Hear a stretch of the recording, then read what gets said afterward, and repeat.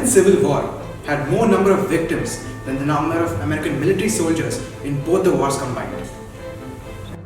Beloved runs parallel in two different timelines, comparing pre- and post-Civil War societies.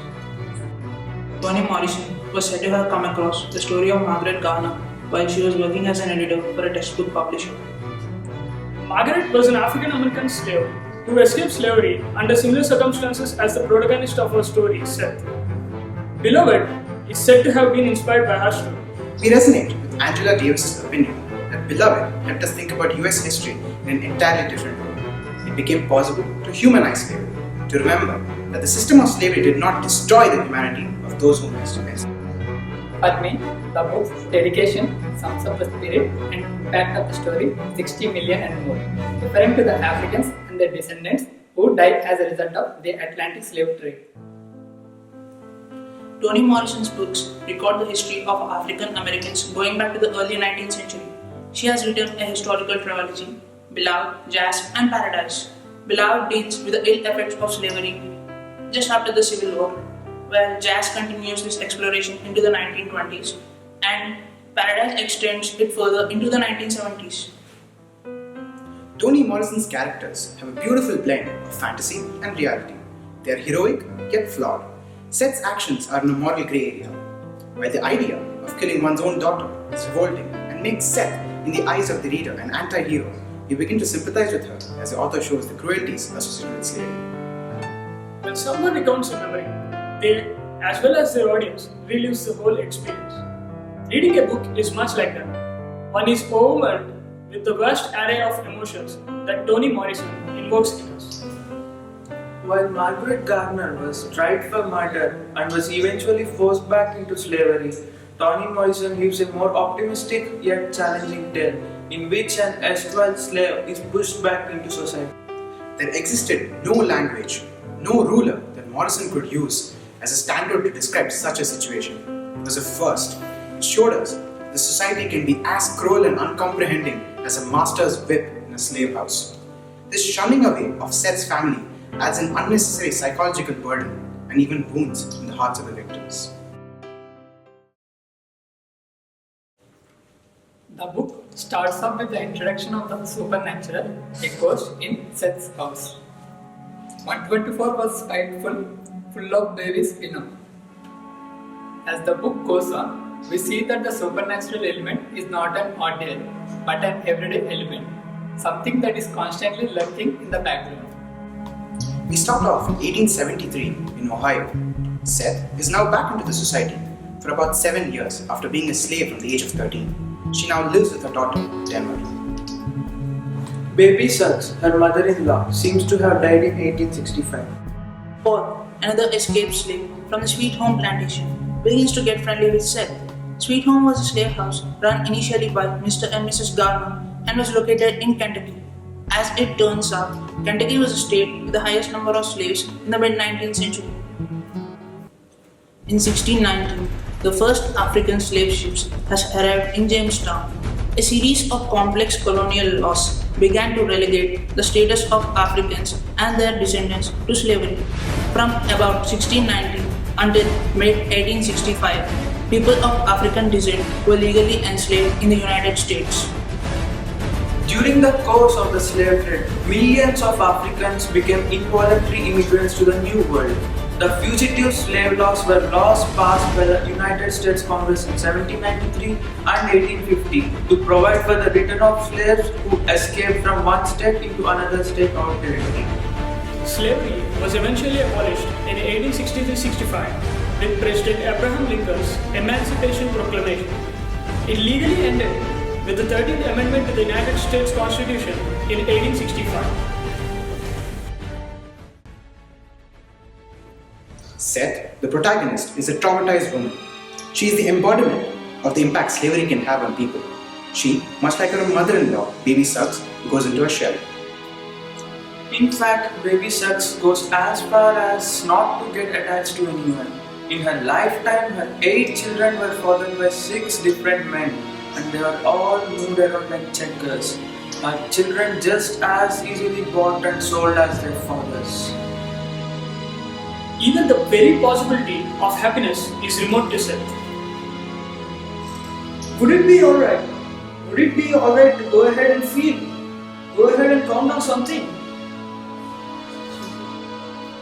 Her daughter, Denver, is also a troubled girl, but her troubles originates from the aftermath of slavery. She is ostracized by the society because of her mother's action of killing beloved. Denver is filled with anger and a feeling of abandonment. She wanted to be the center of attention, owing to not having any friends and thereby feeling lonely. Denver hated the stories her mother told that did not concern herself, which is why Amy was all she ever asked about. The rest was a gleaming, powerful world made more so by Denver's absence from it. Not being in it, she hated it and wanted beloved to hate it too, although there was no chance of that at all.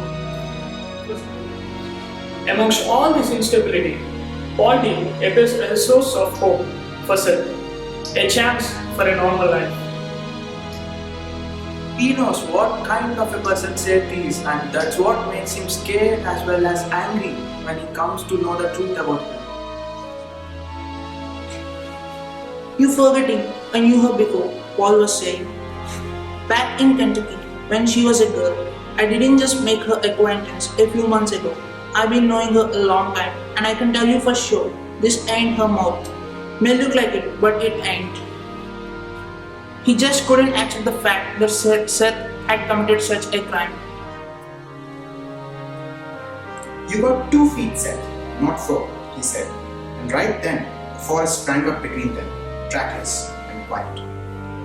After finally accepting the truth about Seth, he tries to reason it out with her, but his attempts go in vain and he finally leaves her for good. But still, at the end, he comes back to take care of Seth. The story turns dark with the introduction of the school teacher. Mr. and Mrs. Garner, the former owners of the plantation, were very kind to the slaves. However, one day, Mr. Garner dies and his wife falls ill. The plantation falls into the hands of Mr. Garner's brother, who is absolutely brutal.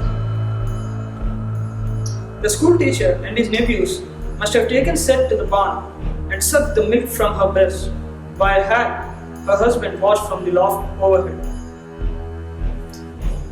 What mostly affected Seth was not the pain and dehumanization she had to feel. Instead, it was the loss of her milk, which was the only resource she could give her baby. It was a sign of love and devotion for her children. The school teacher is a representative of white supremacy. He complained they ate too much, rested too much, talked too much, which was certainly true compared to him because school teacher ate little, spoke less and rested not at all.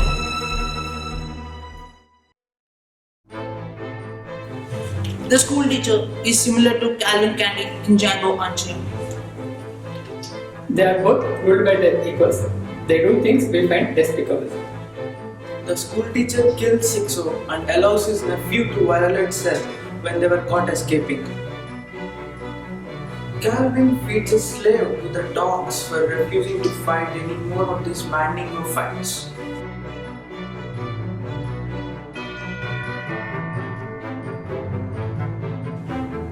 Uncle Tom's Cabin depicts slavery through the life of Uncle Tom, but Beloved shows the aftermath that haunts the slaves even after gaining freedom. It shows that the horrible experience of slavery forever enslaves them psychologically. The very first manifestation of the ghost, that is baby Beloved, seems to want to assert control over Paul. Paul D tied his shoes together, hung them over his shoulder, and followed her through the door straight into a pool of red and undulating light that locked him where he stood. After suffering a traumatic experience himself, and despite being on the run, Paul finally wants to settle down because of his affinity to Seth. Paul says, if a Negro got legs, he ought to use them. Sit down too long, somebody will figure out a way to tie them up. Paul, Seth and Denver start living like a family. Since Paul was such a nice guy, people even start interacting with Seth and her daughter when they go out to a fair. Just when things are going smooth for Paul, the woman appears at the doorstep of Seth. Her voice is rough and not being used. Her skin looks unwrinkled, without calluses. The girl seems to stay awake, and her breathing sounds rhapsodic, like she might have croup or cholera, or childhood diseases. Not only does her voice and skin seem blue, her walk is unsteady, like it's a skill she's just learned. We see Morrison giving childlike qualities to this woman. This is an early indication that it is a new form of beloved.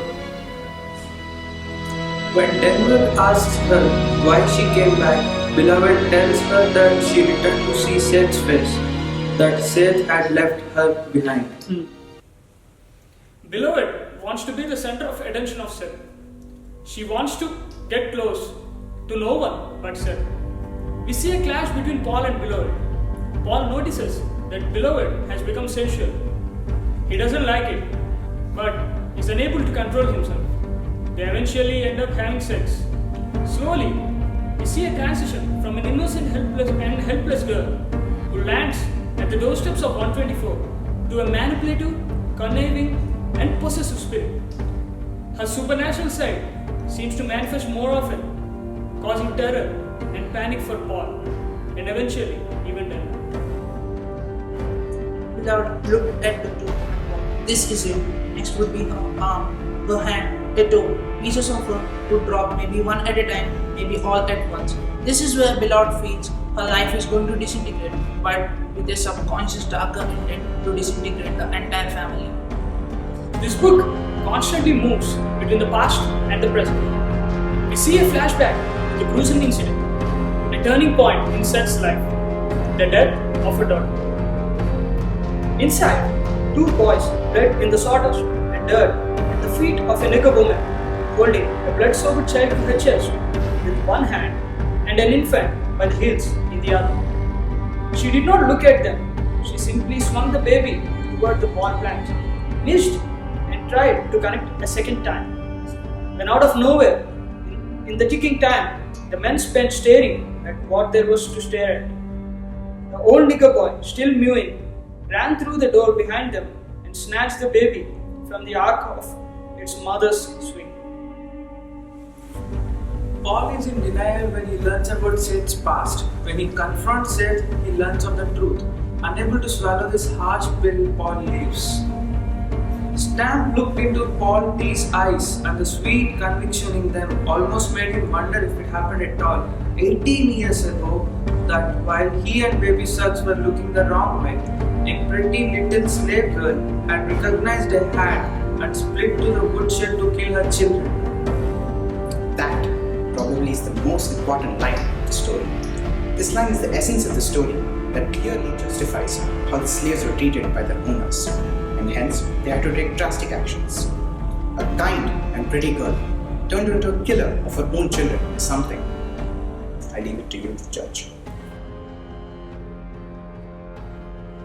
Slavery in the United States was the legal institution of human enslavement, primarily of Africans and African Americans in the 18th and 19th centuries. While most of the northern states in US were liberated from slavery in the 18th century, the rise of the cotton industry in the south increased the demand for slave labor, and there continued to be slave states. Kentucky, the state where the flashback of the story takes us, where the plantation of the Garnets is located, is a part of the slave state until the end of slavery in US. The history of slavery in Kentucky dates from the earliest permanent European settlements in the state until the end of Civil War. Kentucky was classified as an upper south or a border state, and enslaved African Americans represented up to 25% of the population before the Civil War. Historically, Ohio was a northern state and was free for quite some time from slavery. Because of Kentucky's proximity to the free states, separated by the Ohio River, it was relatively easier for a slave from Kentucky to escape to freedom. Notable fugitive slaves from Kentucky include Henry Bell, Lewis Clark, and Margaret Garner, on whom this book is based. Even a mass escape attempt occurred in August 1848 when 55 to 75 armed slaves fled from several counties, representing one of the largest coordinated escape attempts in American history. They were captured by the state militia several days later after the shootout. Seth finally makes all the connections between the new woman in her house and beloved. She is relieved that her daughter has forgiven her for killing her and is elated to be finally united with her. Denver, on the other hand, has now come to ground zero. While she is happy with whatever little attention she is receiving from Beloved, she is also afraid that due to some unknown forces which will be flipped inside her mother, that will trigger the murder of Beloved once again. The tension builds up as Seth and Beloved fight over her murder. Beloved starts getting very aggressive and becomes a threat to Seth. Seth, out of guilt, listens to everything her dead daughter is telling and becomes more submissive. Denver eventually has to take things into her own hands. She looks for employment. People come to know that Seth's dead daughter has come back to 124 and go outside the house and pray.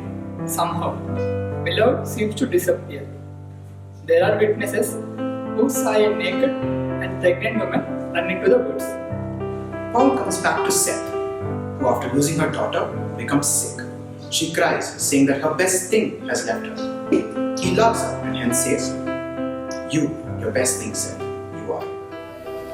She my best thing.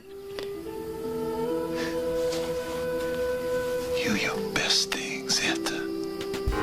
In an interview with Bonnie Angelo of Time magazine, Toni Morrison talks about the desire of the American nation to repress the memory of slavery. She said, and I quote, I don't want to remember. Black people don't want to remember. White people don't want to remember. Because of this unwillingness to remember, Morrison's novels lead their readers to remember the conditions of slavery in a nation preferring to forget that a crime like slavery was ever committed. While it's important to move on, the past is a part of us we must recognize. For we are who we are because of our past. Well, you've got to read the book. Special thanks to Rohan for the camera work. And RRC for the space, Signing off from the four of us. and the ghost of Sai Krishna.